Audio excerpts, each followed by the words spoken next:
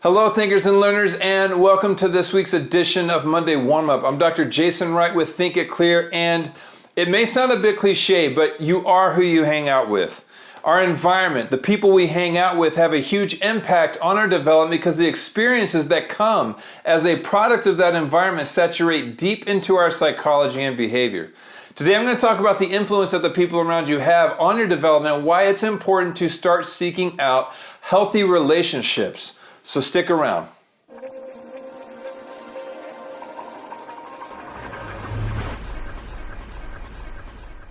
Let's picture two different scenarios. First scenario, you're surrounded by people talking trash about others, or talking about how something didn't go right, or how they had been wronged by someone, and are complaining about how it's not fair. And every time you're in the company of those people or those kinds of people, the vibe is negative and the typical conversations have a negative undertone.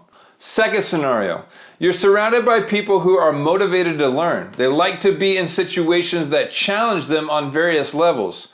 They appreciate the process of failure because of the lessons that can be gleaned from them and tend to have a positive mindset, even in the face of pressure and stress. And they choose to build others up versus tear them down. Which scenario would you rather be in? It should be obvious that the second scenario is the better or healthier of the two. We tend to gravitate towards more positive outcomes. That's what we desire. We want good things to happen. However, we can very much fall victim to the influence of negative environments as well. So I want you to consider something for a moment. If the environments we are in are constantly saturating into us, what do you think the outcome of that is going to be? Are we not to some degree going to become a product of our environment? Let me ask a different question. Do you think we'd ever be actively aware of the actual impact that our environment is making on and in us? Let me use an example as an illustration and answer to that question.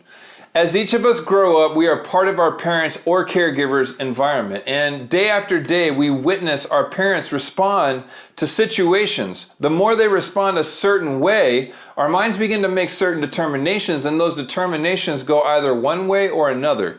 We either accept or reject the response, and whichever way we feel or the conclusion that we make, it begins to cognitively solidify. Neural connections are made, and the more we think in line with those conclusions, the more that way becomes automatic. Once things become automatic, we become unaware of its influence on us. This is why it's so important to surround yourself with healthy people, because the more you spend time around them, the more their healthy habits become your habits. But it's also why it's so important you consider not hanging out with some of the people that have been influencing you in less than positive ways.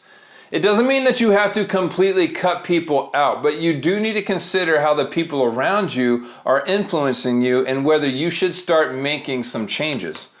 Not to be doom and gloom here, but the people you are surrounded by may be something that keeps you from realizing the type of success you're really seeking after and desiring.